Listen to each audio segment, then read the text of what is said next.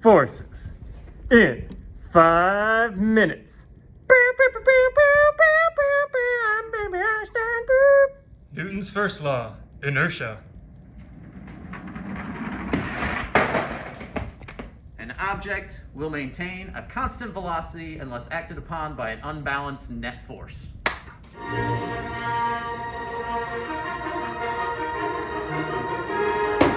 Newton's second law.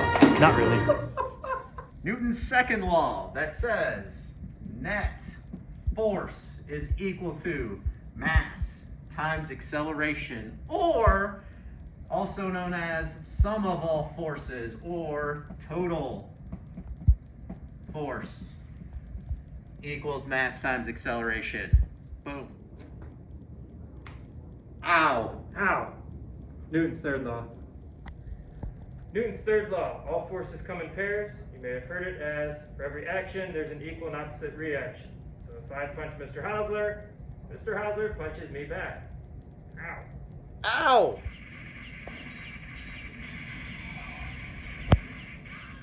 There's Mr. Holland in his natural habitat. Let's draw a force diagram for him. All right, so let's talk about our next topic, force diagrams. All of these are things you will commonly see on a force diagram. Force of gravity, which is just another way of saying your weight. That is always just mass times acceleration due to gravity. Fn, normal force, that's the supporting force coming from a surface. Ff, force of friction, that could be Fs for static friction, meaning stationary, it's not moving, or F sub k for kinetic friction, something is moving.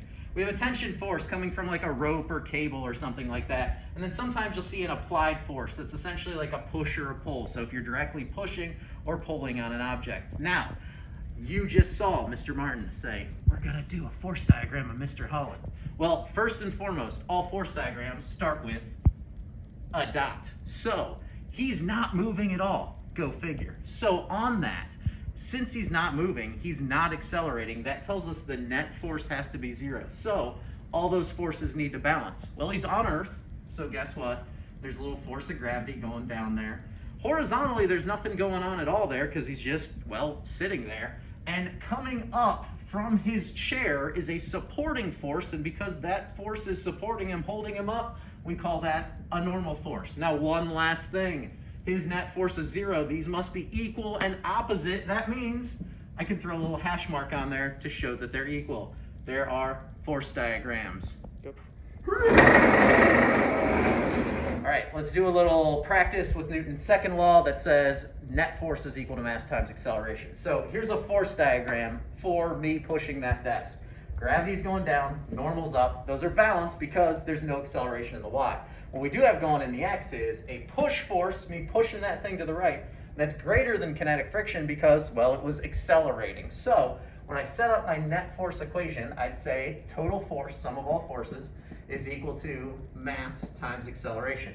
That's going to be a combination of a positive push force minus that force of kinetic friction going in the other direction. So those desks are pretty heavy. They're about, let's say, they're 45 kilograms right there. So I have 45 kilograms times the acceleration. I'm quite strong, so I pushed with about 250 newtons of force.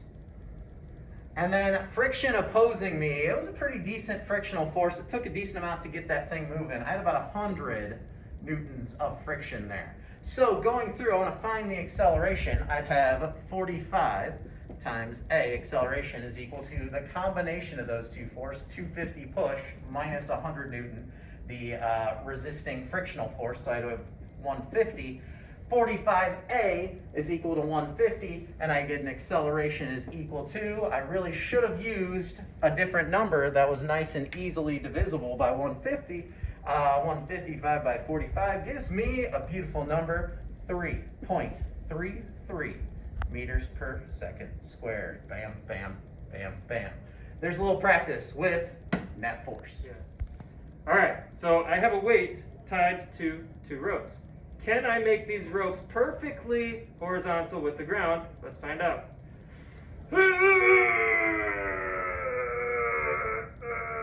Nope.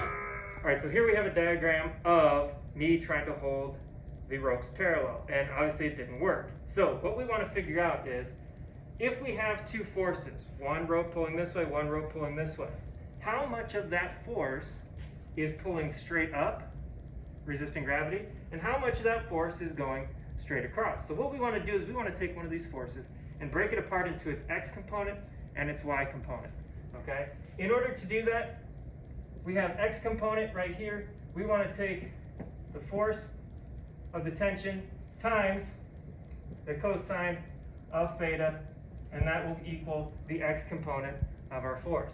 If we want to find the y component, okay, we have force times the tension times the sine of theta, and that's going to equal the y component. Good.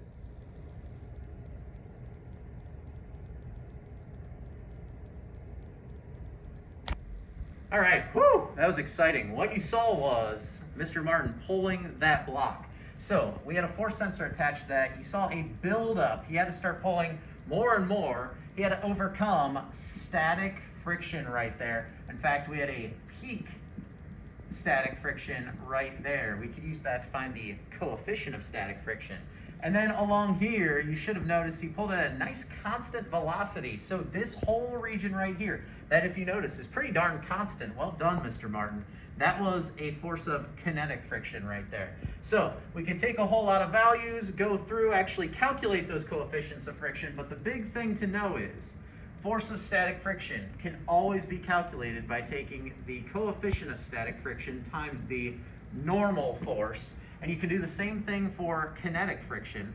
That'd be the coefficient of kinetic friction times, once again, normal force. So we can figure out how much friction is actually there by just saying coefficient of friction times how much normal force is acting on that object.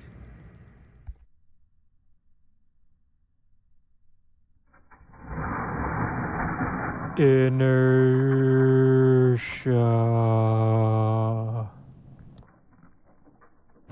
Thanks for watching.